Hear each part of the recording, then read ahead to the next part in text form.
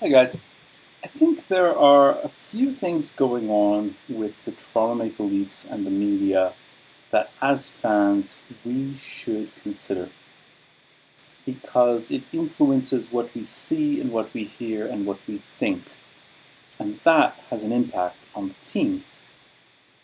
So, first thing I will address is the fans in the arena. The purpose of the fans is to pay money and enjoy watching the game. Everyone's happy when the team wins, right?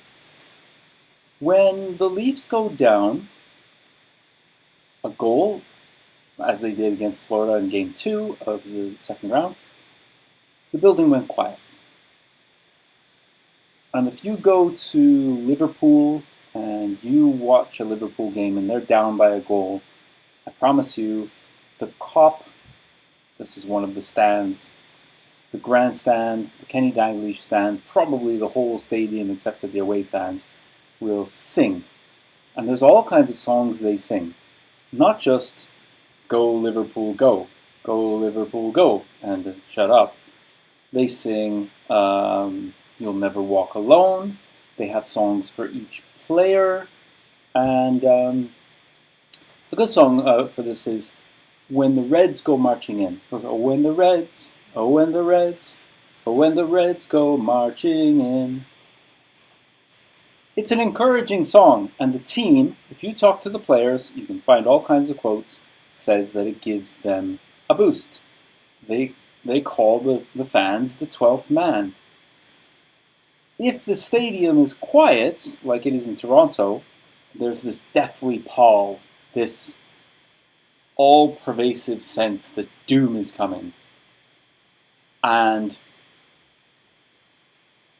I've seen it also in my second point, which is Keefe's pregame talks. Now, they're lackluster. They're uninspiring. He doesn't have any kind of inspiration in his voice. He says, all right, guys, play the game. And he turns on heel and walks out. And he talks with this kind of like, yeah, well, so, okay, guys, do your best. Do your best. Go out there and do your best. It's like, there's no unity. There's no tone that says, hey, we're all in this together. We're going to fight. It's not in Keefe's voice. It's not in John Tavares' voice. It's not in the fans' voice. The voice being in the arena. My suggestion is, if we would have a song that we could sing to encourage the team, like, try skating and going after the puck, rah, rah, rah. You know, like, we're all here giving our money and time and energy and love to you bastards. Play the fucking game.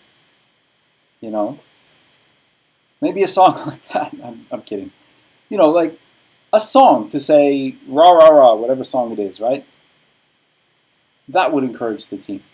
Now, problem is, and I've said this ad nauseum since when they gave Dubas the job, the day they gave him the job in 2018, he took over, and I said, this is the wrong... I gave him a bit of space. I was like, oh, I don't like it. There was a lot of talk about Mark Hunter. Seemed like a solid choice to me. I think Lou wanted to go back to New York. I know it's ancient history, but it matters. It does matter. Let me explain. First of all, Lou went on to get 2 conference finals. He's a tough nut. He's not perfect. No GM's perfect. But that was a solid team, right? The Leafs were. Mark Hunter was tough. And I guess Babcock is another story. I'm waffling. Point is, Dubas was soft with Nylander. And now, I mean, even looking back, you would say, well, actually the contract's pretty good. But the problem is not the contract, and the problem is not the goals, and the problem is not your goddamn stats. Because when we win 7-1 over Phoenix or anyone, and you got a bunch of little goals in there, and people are picking up assists and goals at the end, you look at it and go, wow, aren't you wonderful? But actually the question is, who is lifting this team to victory and who is scoring the important goals at the important times? when the team is down. When it's 3-2 with 5 minutes left, with 10 minutes left, who's picking the team up off of this ice and saying, come on guys, let's do it? That may be in a goal, that may be in an assist. I dare say in a hit, I dare say in a fight, but then people go, oh, play Wayne Simmons. And I'm like, this guy can't play hockey anymore, I'm sorry. Should be nowhere near our team. I like him though, as a person. Wonderful guy, So, the team has no unity. It has no oomph behind it. It plays for 10 minutes in the first period, comes out into the second and falls on its face, and then doesn't bother doing what it takes to win. Now you could say, well, it was Barbashev, the year before. Well, it was Vasilevsky. Well, it was Carey Price. It was Columbus. It was Washington. It was Boston. How many bloody times can you say this? It's the team. The team has to want to do what it takes to win. It's one of the hardest things to win in sports is the Stanley Cup. If we were all watching and saying that team gave its best, and I'm sorry, but I will go back to 92, 93, 93, 94. If you guys are too young to have seen that, go and watch a game. Sit down for an hour and watch. Even Game 7 versus the Kings when we lost. Everyone goes, oh, that's another story, but the team gave it. The Mike Eastwoods, the Osbornes, the Baumgartners, the Krushelniskis, that whole decor, I always go on about it, but they gave it, and they didn't win. And you're like, you know what? That's okay. We had a great run. It was so much fun. And as Torontonians with some chutzpah, we loved it. And that's why Gilmore and Clark are legends forever. Because they gave it. That's their job, to give it. And I don't see the fans giving it. I don't see Keefe giving it. I don't see the players giving it. And I don't see Dubas giving it. The tone is wrong. The identity is wrong. I want to read a quote from, I don't remember the guy's name, but I copied it because I think it was spot on. I'm just going to read what it says. I think it's really smart. There's a difference between a collection of talent and a team. A team has a system for defending its own end and players who can play that system, and then for transitioning out. Coming out of your own end safely, which Florida does, and Tampa, okay. So also a team, when it gets a lead, has a system for shutting down the opposition and players who can do it. Not just guys looking to score goals and making high-risk passes and over-handling the puck. The Killorns, the Cirellis, the Perrys, the Maroons, the Kachucks, the Bennetts, and even Boston up until that Game 7. Not in Game 5 was it. We came back from 4-1 down. That was great. And they didn't do that. But they have a system and they have a team and they all go, okay, we're up 4-2. We're going to adjust our style of play. We're going to hit. We know how we're going to move the puck out of the D zone. And we're going to play together, On a good team, the journeyman players implement these systems and are as important as the stars. Also, the GM of a good team finds proven goaltending rather than gambling with untried over-the-hill goalies. Samsonov is not over the hill. He's tried and failed with Washington. Had a 1-6 record. I've said this before. So the journeymen are as important as the stars. You're seeing this with Carolina now. So what am I saying? Game 2 in Toronto, Florida, Toronto, Keefe gives this weak speech. And he does every game, and I hate it. And you listen to him in the post game. What happened? What happened in the second period? I don't know. It's really baffling. That is an answer of an NHL coach of a team that is stacked with talent but doesn't come out and play. His answer is, I don't know, it's baffling. Looking down, shrugging his shoulders. Something is very, very, very wrong with that. Nobody wins with that attitude in any sport. There's a beautiful clip of Muhammad Ali just before he goes out to fight Foreman. And he says, it's relevant. It's beautiful. One of the most inspirational things I've ever seen in my life. You know the story of Foreman. He was an absolute killer. Nobody gave Ali a chance. And Ali turns around to his entourage, his trainers, his coach, and says, what are you guys all looking so sad about? I'm the one going out to fight here. He said, if I went out to fight with that kind of glum, sad attitude like you have, there's no way I'd win. He said, go out there and put a smile on your face and look like you're having fun. And he says, damn George Foreman. And he went out and he stood in front of George Foreman and said, I'm better than you. I'm the best. I'm the greatest. You don't have a chance, chump. And he was talking to him all through the fight. One of the most incredible wins ever. Rumble in the Jungle. Watch the documentary. And then you compare that to something like Keith. You even compare Cooper. You compare, look at Cousins' pre-game talk. As soon as I saw that, I said, Florida's winning this game because they want it. Cousins it's nothing fancy, nothing like inspirational words. He just said, right, you're playing here, right? Everyone ready to go? Happy? Good, let's do it. You can feel all the buzzing in the team, the people talking and the players talking. Yeah, right, yeah, let's go, And you can feel it. You can feel it come together. And that same feeling was there in '93. And it's not there in this team. I argued back in March. You can see it on Leaf Digest. Go and watch the post games. I said many, many times, do not let Dubas trade away our picks to try and win now.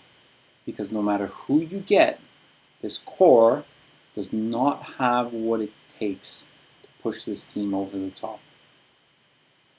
It's not that they can't, or it's even possible that they change their minds and decide to do it. It's that in March I said the chances of them doing it are very, very, very low. The chances of them not playing, it's not about playing well. It's not about points. It's not about fancy passes and skill. It's about the desire to win, to do what it takes to win, to really step up. Now, you might say we beat Tampa. Tampa was missing two of its top defensemen. They had let them go. Bunting took out Cernak. That was a massive blow to an already weakened D-core. Hedman did a brilliant job keeping Tampa in that series as long as they were in. There was Sergachev and there was no one else. I mean, the guys who stepped in, bless them, they're very young, did well, be good players in the future. But they weren't on the McDonough level, or the Cernak level. Point got injured as well. And Tampa outplayed Toronto despite that. And Toronto's skill happened to pop in enough goals. It was not a steady desire, consistent play, wanting to win, And it's missing, and it's why I said in March, Ryan O'Reilly, bless him, love him, fabulous guy, fabulous player, has lost the step, right? You can't say, 10 years ago, 7 years ago, 5 years ago, he won a cup. Therefore, he's the same player. He's lost a step. But fine, he's been good. Like he's a smart hockey player for sure. And he's got the right attitude. Finally, Dubas got someone with the right attitude. And Acciari, McCabe made quite a few mistakes, but for a first-round pick, it's 50-50 for me on McCabe.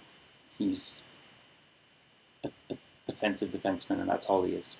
I don't like giving up first-round picks for that, but it's not bad.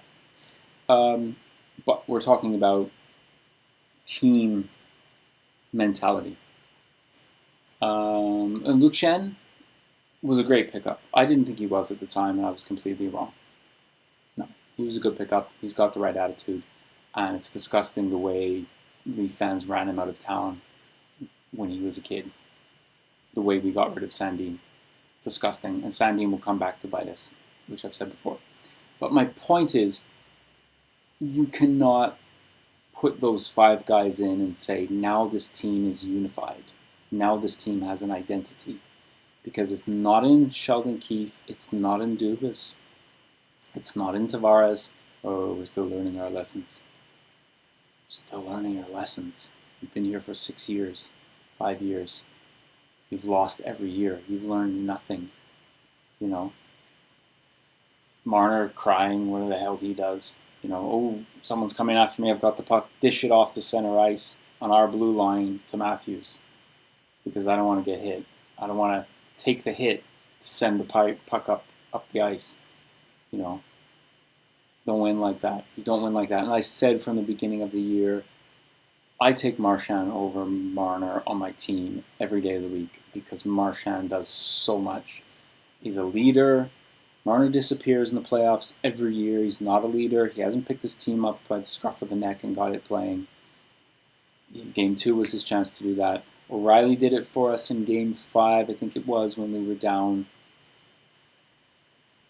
Nylander disappears. He's all upset because Sandin got traded. And Liljegren got sat because he was upset. And, this stubborn Keefe and Dubas decided that Hall's going to play forever and ever, amen. Until finally it's just glaringly obvious that he's an AHL player, bless him. Not his fault. I don't really blame the players. They are what they are. They are who they are. It's the GM's job and the coach's job to get the right players, to pull them together and make a run. Like Florida's doing, like Carolina's doing, without trading away all their picks. They're in the second round just like we are. They're 2 up on New Jersey and we're 2 down to Florida. We traded away 2 firsts, 2 seconds, 2 thirds, 2 fifths. We gave away Engvall for nothing. He's an NHLer. He's not my kind of NHLer, but that was a wasted trade, stupid trade. Gustafsson is nonsense for the Sandin trade. We gave up so much to get into the second round. We barely got into the second round, and we're 2 games down now. And Carolina did it by coaching and bringing a team together year on year. It doesn't mean you're going to win every year. It's too hard to win every year. Lou Lamoriello is one of the best coaches. Did he coach? One of the best GMs, call it, ever. And he doesn't make the conference finals every year. It's hard, especially with the cap, right? But 6 years, was this the 7th? I've lost count. Where this team is incapable of creating an identity of winning. And I think a lot of us said back in 2018, trade Nylander. Get a goalie. Like we start off with the goalie. Or keep Freddie. Freddie won today with Carolina over New Jersey. A great team. New Jersey's very good. Freddie won 6-1. And everyone in Toronto goes, no, Freddie let in a goal. It's all his fault. You still think it's Freddie's fault? Really? He's got a D in front of him. He's got a solid team in front of him with an identity. There's a good chance he'll be in the conference finals. We let him go for nothing. We traded away Trevor Moore. Played with LA in the first round of the playoffs. Solid player. Solid third line player, that's what he is. We traded him away for Campbell. Like Campbell was going to be the answer to our goaltending woes in the playoffs.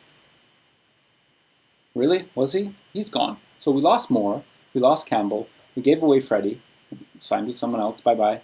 Smart guy, doesn't want to stick around. Don't blame him.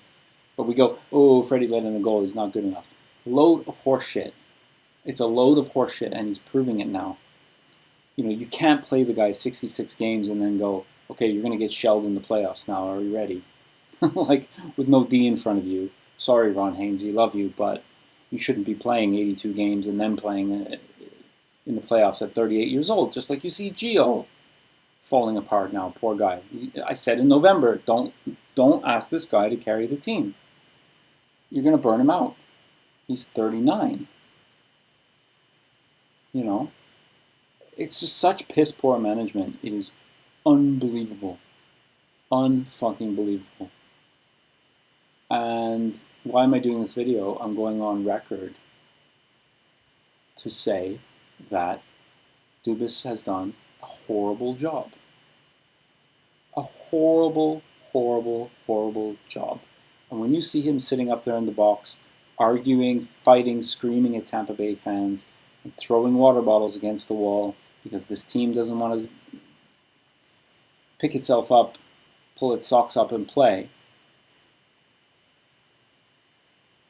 that's why. You know, I mean, it's proof. It's proof positive right there. He doesn't know what he's doing. Proof is in the pudding, you know? So I think really a lot of us said we should trade Nylander, get a top elite goalie, or a stud defenseman, not a Morgan Riley who floats around, scores the odd goal. 3 goals this year. 3 goals in the playoffs. Fabulous, thank you. He's not Victor Hedman. You need a Victor Hedman, a big stud defender who can hit, who can score. He's got the slap shots on the point in the power play and defends and manages and controls the game. That is a stud defenseman on any team. That is a elite defenseman. Morgan Riley does none of that. He barely even scores. So, you know, Dubas signs him for 7.5, no move clause, 8 years. We got 6 more years of that. What do you think is going to happen to him between now and 35 years old? Exactly what's happening to Tavares. Slows down, and he stands in front of the net and scores 30 goals. You know what? I could stand in front of the net and score 30 goals with Marner feeding me pucks. It's just, you can't skate, can't defend. Like, what is this $11 million horse shit? You know, really. So, and we have no draft picks. The strength of this team was built off of drafting Matthews, Nylander, and Marner. And we had a team of Freddie, gave away McElhaney, decided to get, and what was that, Mrazek? Sparks. McElhaney was a good goalie. Tampa picked him up, won a cup. We had Hyman, we had Brown. Brown's a good player. Check him out. Go and read his reviews year on year. Awesome player for Ottawa. He's with Washington now. So,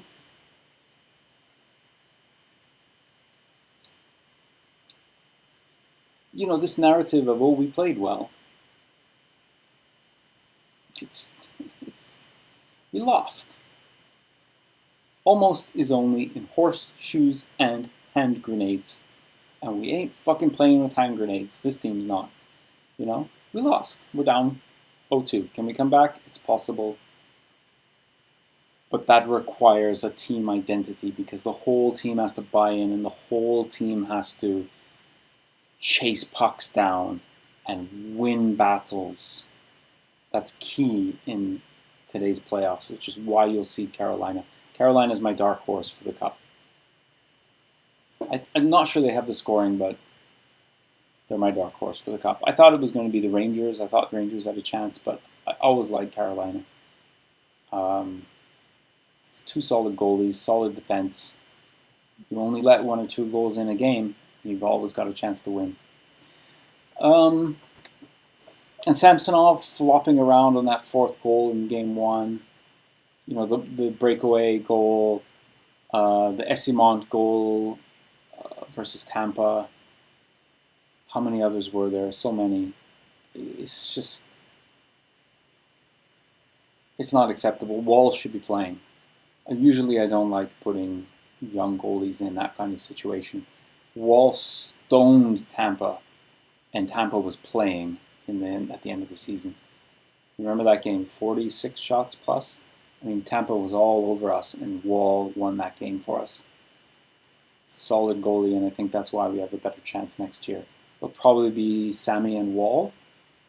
And if they put Sammy in next year playoffs, that's going to be a joke. And I hope they don't overplay Wall in the regular season. They'll start leaning on him. Young players should have time and space to work their way into the team. I don't like putting Nyes in. This is long, sorry. I don't like putting Nyes in the playoffs. I said it was a bad idea. He's made quite a few mistakes defensively, and I don't blame him. He's a college hockey player with no NHL experience playing against Tampa. It's not fair on him. It's not fair on him to go, solve our problems.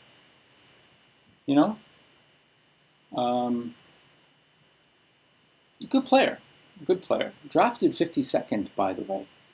We've given away 2 seconds and 2 firsts. That's 4 potential Matthew Nyes, that we won't have in the future. We're going to have to sign the Buntings of the world. Bunting is what he is, but that's what you're going to be left with. Because you're going to end up signing Matthews and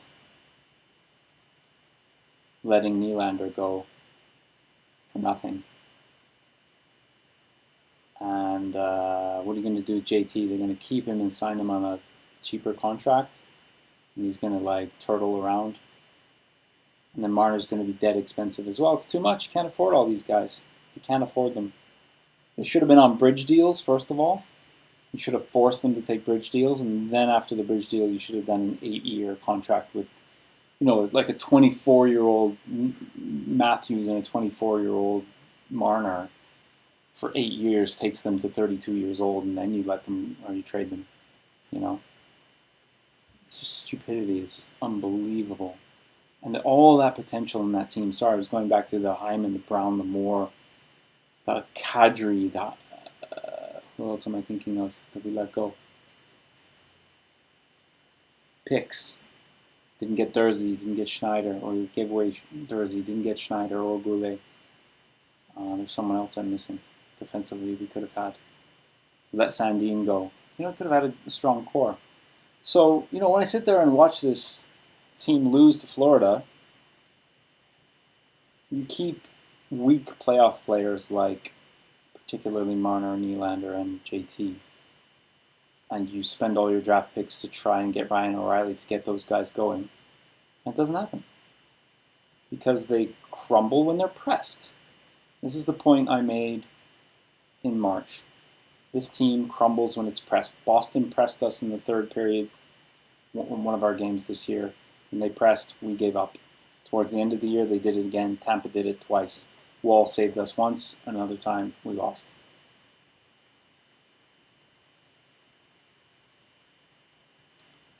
So, Dubas has mortgaged the future. I fear that Shanny's going to give Dubas an extension because firing Dubas is an admission of a mistake.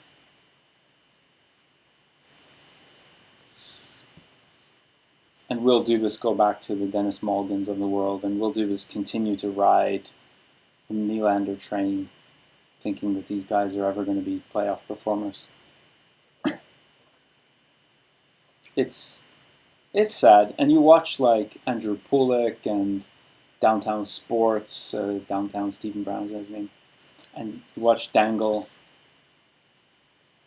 and who am I missing? Guys who care about the team and do these shows. There's is it Rosen, they do that one. Glutton for Punishments, there's the two brothers who do that. All these guys, like game after game after game, are just sat there going, man, what a disappointment. And they're trying to run YouTube channels, and we're all trying to love this team. So if you're a fan and you go and no one's cheering for this team, no one's singing, no one's making noise, get off your fucking seat and start singing God Save the Queen or whatever the fuck you have to sing to get this goddamn team pull its socks up, and you let them know that they have to play.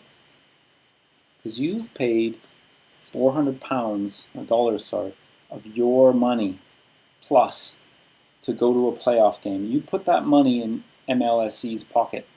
Tannenbaum, you never hear from him, eh? Ooh, we sold 10,000 shirts this month. Ooh, we sold 10,000 Nice shirts this month. Isn't that nice? Fucking sold out arena every night, every year since I was 5 years old in 1980. Suckers, you're suckers, you know? That's another video, but... And this media supports it, you know? Oh, we come out with these narratives of, we got goalied. You lost. You fucking lost. You suck. And you're not playoff performers. Kachuk, Bennett, Cousins, Killorn, Cirelli, Maroon, Perry. Who am I thinking of from Montreal? Did us in Gallagher.